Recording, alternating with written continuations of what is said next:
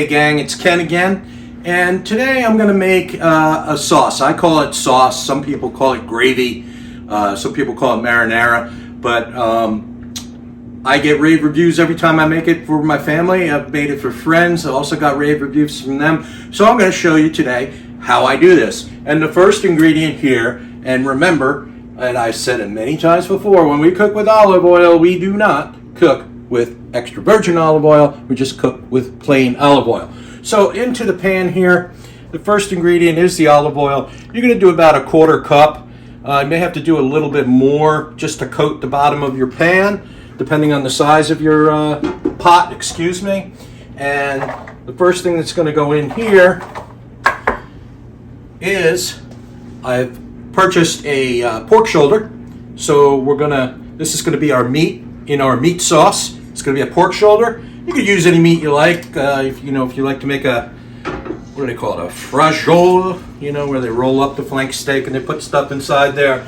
Or, if you want to make meatballs. A lot of times I make meatballs. Today, for simplicity, I'm not going through the whole meatball recipe. I'm just doing this, shoulder of pork, which works really great. When I was growing up, that's the way we always ate it, was that Mom made it, was with a shoulder of pork, and it turns out really, really good. So we're just going to brown this to get this pork going at a pretty high flame. We're just browning the outside of the pork shoulder.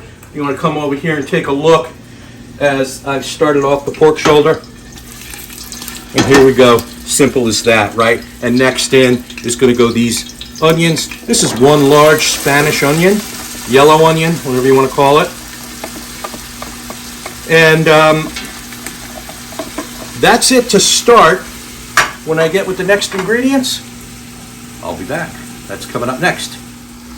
Okay, so gang, our pork is sauteing with those onions in there. And the next ingredient that I put in at this point, and I would usually try to not put it directly in the hot oil, but maybe on something like the top of the meat or the top of the onions, because you don't want fried spices. But the next thing is the spices.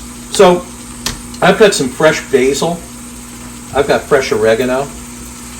I've got fresh rosemary and unfortunately bottled thyme, which I just bought yesterday, so hopefully it's about as fresh as it could be. I couldn't find a plant. And now you may, I'm sorry, rosemary. This is rosemary, this is the thyme. So this is the thyme, this is the rosemary. So I couldn't find a rosemary plant. So people may look and go, yeah, but I'll just use dry spices. Does it really make a difference? And the simple answer to that question is, yeah, it makes a lot of difference. So fresh spices are going to make your final product taste a whole hell of a lot better. So, I mean, in a pinch, obviously, if you can't, you can't.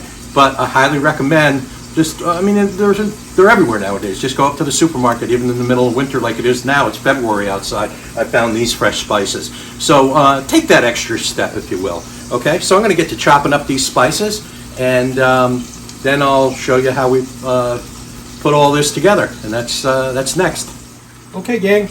So you see, when you have fresh spices, your volume is going to be more because it's fresh, and you can almost see the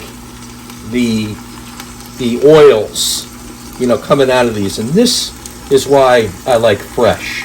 This is going to flavor this sauce so nicely. It's too bad about the one dry spice that I had to get, but with all the other ones, I don't even think you'll be able to tell that I didn't use one fresh spice here. So this is going to go in to our saute, and like I was saying earlier, not on the oil. I just want to gently place this. I mean, inevitably some of it's going to go down on the oil, right? But you see how much we have here. This is probably about a half a cup, I would imagine, maybe a little bit less. And along the way, I'm going to taste and test and make sure that we have enough flavor in this sauce. And while I don't do that with a lot of my cooks or recipes that I make, I don't do a taste throughout. with sauce, I will, because it could be a little bit tougher to maintain. Okay, so those are in. I want to let those oils sort of steam and get all happy in there. And next we're going to add in our tomatoes, and that's next. So I'll see you in a minute. All right, gang, so those spices are in there. They're getting happy. The next thing that I do is I put in my canned tomatoes. Now, you can use fresh tomatoes out of the garden. You could use canned tomatoes, but I would defy anybody to tell the difference between a fresh tomato used in a sauce and one that was canned, because really, they taste just as good. I like fresh tomatoes for things like BLTs and things like that. So a word about canned tomatoes. These crushed tomatoes, they don't have any spices in it except for basil. So, you know, if it has basil in it, you may just want to cut back a little bit on your basil. But just take note of whatever you're using, what kind of spices are already in there, and just make adjustments for how much you're putting in. Okay, so here goes my first can, my second can, and then I put in a can of whole plum as well. Okay, and I will rinse them out with filtered water, and get all the sauce in, and actually put that in. So probably, I don't know, like 2 cans. And since there's water going in the sauce, which may seem a little counterintuitive, I add tomato paste to thicken that back up, because there's water in there. So that helps with the consistency. Okay, so coming up next, I'll show you the next few ingredients that I put in mine. Okay. All right, gang. Here she sits.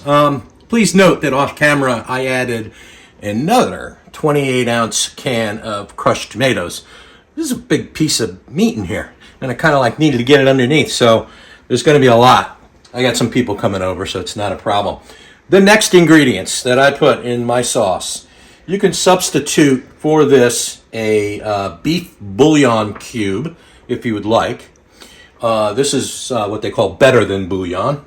And I like the beef one, and we're just going to go ahead and get some of that in there and enhance the flavor of the meat that is in there already. So this stuff is thick. It's just like soft bouillon cubes, they call it better than bouillon.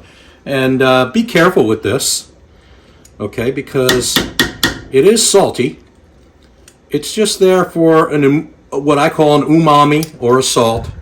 Flavoring, deep, rich. A lot of my recipes have this in there, and just a little touch is all you need. At most, maybe another half a teaspoon if you really like that. The next ingredient is our garlic.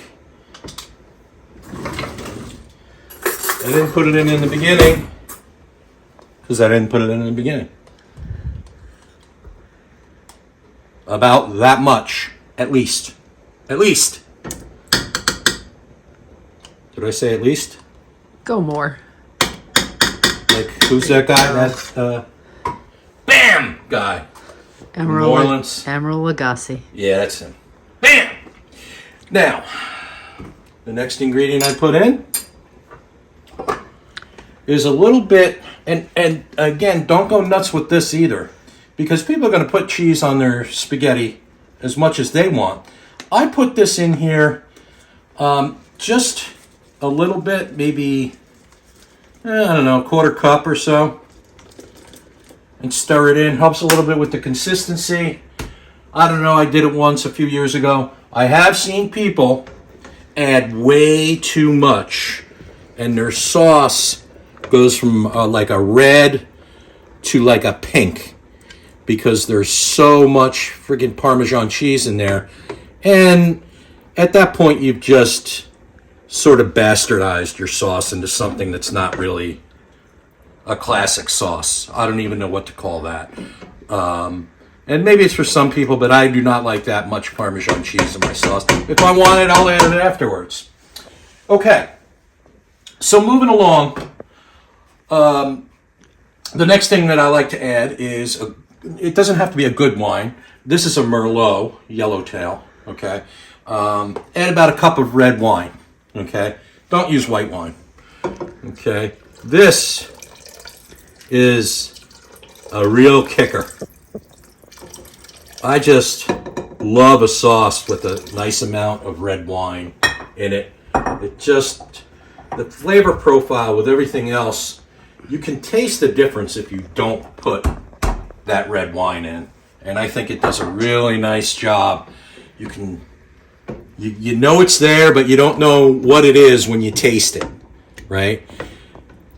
Okay, so those are those ingredients. And moving right along here. Okay, so the science of sauce is such that they are acidy because they are made from tomatoes. To cut down on the acidity, you put something that's alkaline in. Alkaline baking soda. It's about the most alkaline substance probably on earth. And it will cut down on the acidity. But you need to be very, very careful with this because you can easily ruin the taste. This is not here for a taste profile. This is not for the taste. This is for the function to neutralize some of that acid. I tend to be very, very ginger with this because, again, you could ruin it easily. I would go a teaspoon and a scant teaspoon at that. Okay? So we're just going to get a little bit. You see it's coming out on the other side. Okay. I don't even like to put that much in. That's it. That's all I'm going to put in. The other thing that will neutralize acid is something sweet. So you all guessed it. That's sugar. So let's go with a little bit of sugar. Sugar you can be a little bit more generous with because, you know, it's not baking soda. Get a couple teaspoons, maybe 3 teaspoons of sugar in there.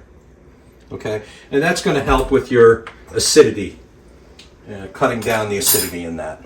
Okay, so I'm trying to think if there's anything else. I think that's about it. Now, one thing that drives me crazy, like I watch the old Goodfellas movie, and the little brother's on the wheelchair, and I'm stirring the sauce, and every time I see it, I say to myself, why would anybody's sauce stick? The reason your sauce sticks is because you're cooking it too aggressively. You're cooking it on too high a flame. And if your sauce sticks, it does something to the taste. It caramelizes the tomatoes. It concentrates sugars in the bottom of the pan in the wrong area, and it takes sugars out of the other part of the sauce. And I do not I can tell when somebody has let their sauce stick, which is essentially burning the sauce. You don't want anything burnt in your sauce. So the point here is this is an all-day cook. This is going to take me hours. So at least 3, especially with that beef in there, pork, that pork shoulder that I put in there, until that meat gets soft enough. So I'm going down to, like, on my temperature gauge here, I'm going down to a 1, okay? Maybe a little bit higher than a 1. Maybe a 1.5. And just monitor. Keep stirring, and like I said earlier, keep tasting, okay? And eventually these whole plum tomatoes in here will cook down, and they'll break apart. I really like using the whole plum tomatoes. So this is going to be many, many hours. I'll probably do a few taste tests. So do that with yours. Do a few taste tests, and if you go, a little plain, just, put more of whatever you want in there, basil or whatever. If it's kind of hard to overspice a sauce like this, like, oh, it's too much basil. I don't think anybody's ever going to complain about too much basil, but there's a point at which that can get ridiculous. But the point is that just look up on the internet, if you got a taste in there that's not right, and how to counter that. Like Google it, like if it turns out too salty or something like that, Google how to come and, so you can rescue the pot of sauce. First timers, sometimes they make mistakes. I'm not going to make a mistake, though. This sauce is going to be delicious. So we're going to be back when we plate this. I bought some fresh fettuccine noodles from the supermarket. I don't like using the dry, hard ones like in the Ronzoni boxes and stuff like that. I like buying the fresh. Occasionally, I do make my own pasta as well. I have a pasta maker, and I do that sometimes, and that's really the end all be all. So at any rate, we'll be back when we plate this and tell you how good it came out. Okay, and that's coming up next.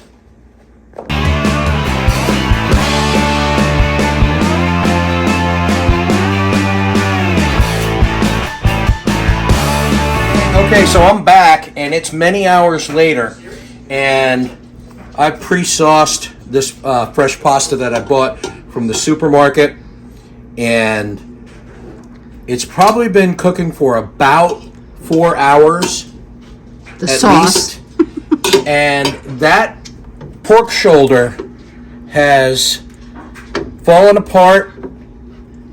Here's what's left of it. That was a much bigger piece of meat. And so basically we have a meat sauce here. And if you follow this method, guaranteed 100% people are going to love it. And there it is.